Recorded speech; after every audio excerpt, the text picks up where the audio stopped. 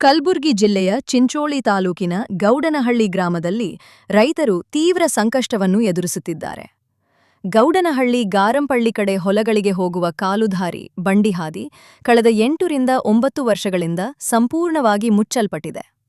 ಸಣ್ಣ ನೀರಾವರಿ ಇಲಾಖೆಯಿಂದ ನಿರ್ಮಿಸಿದ ಬ್ರಿಡ್ಜ್ ಬ್ಯಾರೇಜ್ ಕಾಮಗಾರಿ ಅವೈಜ್ಞಾನಿಕವಾಗಿದ್ದು, ಇದರ ಪರಿಣಾಮವಾಗಿ ರೈತರ ಜಮೀನುಗಳಿಗೆ ಹೋಗುವ ಹಾದಿ ಇಲ್ಲದಂತಾಗಿದೆ.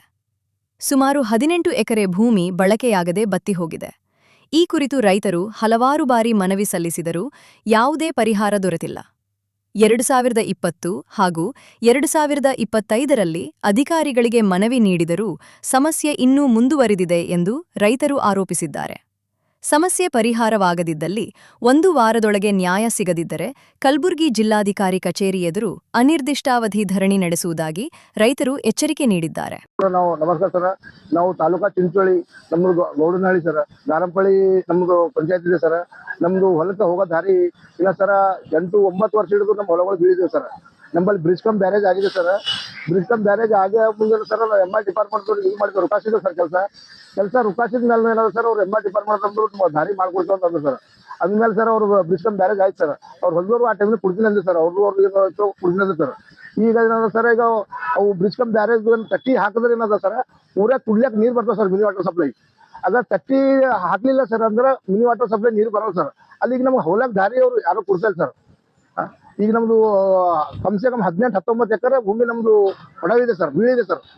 ಮತ್ತೆ ಇದಕ್ಕಿಂತ ಮೊದಲು ಸರ್ ಫೌಜಿಯಾ ತರಮ್ನು ಮೇಡಮ್ ಅವರು ಬಂದಿರು ಸರ್, ಅವ್ರಿಗೂ ನಾವು ಇದು ಕೊಟ್ಟಿದ್ದೇವೆ. ಮತ್ತೆ ಸೇಡಮ್ AC ಆಫೀಸರ್ನು ಇದು ಕೊಟ್ಟಿದ್ದೇವೆ ಸರ್. ಮತ್ತೆ ಆದ್ಮೇಲೆ ಸರ್ ಈಗ ಜಮಖಂಡಿ ಸರ್ ಬಂದಿರು ಸರ್, ತಹಸೀಲ್ದಾರ್ ಸಾಹೇಬ್ರು ಚಿಂಚೋಳಿಯಿಂದ. ಅವ್ರು ವಿಲೇಜ್ ಬಂದು ಸರ್ ನಮ್ಮ ಹೊಲಕ್ಕೆ ಬಂದಿರ್ ಸರ್. ಸರ್ವೆ ನಂಬರ್ ಎಲ್ಲ ಬಂದು ಅವ್ರು ಹೇಳ್ಯಾರ ಸರ್, ನೀವು ದಾರಿ ಕೊಡ್ಬೇಕಂತ ಎಲ್ಲ ಹೇಳ್ಯಾರ ಸರ್. ಹೇಳಿದ್ರು ಕೊಡ್ತೀನಿ ಅಂದ್ರೆ ಸರ್ ಕೊಡ್ತೀನಿ ಸರ್. ಈಗ ಅದಕ್ಕೆ ತಾಲೂಕಾ ಚಿಂಚೋಳಿದಾಗ 8 ದಿವಸ ಕುಂತೀವಿ ಸರ್ ನಾವು ಸದ್ಯಗ. ಈಗ ಅದು ಆಗಿದ್ಮೇಲೆ ಸರ್ ಇಲ್ಲಿ ಬಂದ್ರು ಸರ್, ಗುಲ್ಬರ್ಗ ಬಂದಿದ್ದೀವಿ ಸರ್. ಈಗ ನೋಡಿ ಸರ್ 4-5 ದಿವಸದಾಗ ನಮ್ಗೆ ದಾರಿ ನಮ್ಗೆ ಏನ್ ಪರಿಹಾರ ಮಾಡ್ತಾರೆ. ಇಲ್ಲ ನಾವು ಹೆಣ್ಣಿಗೂ ಸಾಯ್ದು ಸರ್, ನಾವು ಹೆಂಡ್ರ ಮಕ್ಕಳು ಬೀದಿ ಪಾಲಾಗಿರ್ತಾರೆ. ನಮ್ಗೆ ಬಾಕಿ ಮಕ್ಕಳಾಗಿ ಸರ್ ಎಲ್ಲ ಮಾತಿಲಿ ಬೇಕಾಗಿರ್ಬೇಕು. ನಮ್ಗೆ ಅನುಕೂಲ ಯಾವುದಿಲ್ಲ ಸರ್. ಅದು ಒಂದು ಹೊಲಗಳು ಬಿಟ್ಟು ಏನೋ ಒಂದು ಅಲ್ಲಿ ಗೌಡನಹಳ್ಳಿ ಹಿಡಿದು ಗಾರಂಪಳ್ಳಿ ಕಾಲ್ದಾರಿ ಅಂತ ಇದೆ ಸರ್ ಅದು. ಮತ್ತೆ ನಾವು 4ನೇ 5ನೇ ಹಿಡಿದು 7ನೇ ಗಂಟೆ ಅಲ್ಲಿಗೆ ನಡ್ಕೋತಾ ಹೋಗಿಲ್ಲ ಸರ್ ನಾವು. ಈಗ ದಾರಿ ಇಲ್ಲ ಸರ್, ಈಗ ದಾರಿ ಬೀನ ಹಣದಿಲ್ಲ ಸರ್. ಅದೆಲ್ಲ ಏನ್ ಮಾಡ್ತೀರಿ ಸರ್, ಅದು ನಮ್ಗೆ ಎಲ್ಲ ಅನುಕೂಲ ಮಾಡ್ತಿಲ್ಲ ಮಾಡಿ ಸರ್. ಇಲ್ಲ ನಾವು ಹೆಣ್ಣಿಗೂ ಸತ್ತು ಬಿಡ್ತೀವಿ ಸರ್. ನನ್ನ ಹೆಸರು ಇಸ್ಮಾಯಿಲ್ ಸಾಬ್, ನಿಜಾಮ್ ಸಾಬ್, ಮುಲ್ಲಾ ಗೌಡನಹಳ್ಳಿ ಸರ್. ಚಿಂಚೋಳಿ ತಾಲೂಕಾ ಹೋದು ತಹಸೀಲ್ ಆಫೀಸಾಗ ತಹಸೀಲ್ದಾರ್ ಸಾಹೇಬ್ರು ಬಂದಿರು. ಅವ್ರು ಬಂದಾಗ ಹಾದಿ ಕೊಡ್ತೇವ ಅಂತಾರ. ಇದ್ರ ನೀರಾಗಿ ನೋಡ ಬರಲ್ಲ, ತಟ್ಟಿ ಹಾಕ್ತಾರ. ಮತ್ ತಟ್ಟಿ ಕಿತ್ತಾಗ್ದಪ್ಪ ಊರವ್ರಿಗೆ ನೀರ್ ಇರಲ್ಲ. ನಮಗ್ ಬಾಳ್ ಕಷ್ಟ ಆಗ್ಯದ್ರಿ. ಸಣ್ಣ ಮಕ್ಕಳು ತಗೊಂಡಿ ನಾವು 9 ವರ್ಷದಲ್ಲಿ ಹಿಡಿದು ಬರೂರ ಬೆಂಗಳೂರ ಬದುಕ್ಲತ್ತೀವಿ ಸರ್. ನಮ್ ಹೊಲ ಬೀಳಿ ಬರೂರ್ ಬೆಂಗಳೂರ ಮಕ್ಕಳು ಮರಗಳು ಬೆಂಗಳೂರಾಗ ಬದುಕ್ಲತ್ತೀವಿ. ಈಗ ನಮ್ ತಾಯರಿಗೆ ಕಾಲ್ ಮುರ್ದದ ಅಂದ್ರೆ ನಮ್ಗೆ ಹಾಕ್ಲಕ್ ರೊಕ್ಕ ಇಲ್ದಂಗ ಆಗ್ಯದ ಸರ್. ನಮ್ ತಾಯರಿಗೆ ಇದೇ ಸಾಮಾನ್ಯ 8 ದಿನ ಕಾಲ್ ಮುರ್ದದ. ನಮಗ್ ಹಾದಿ ಬೇಕೇ ಬೇಕು ಸರ್.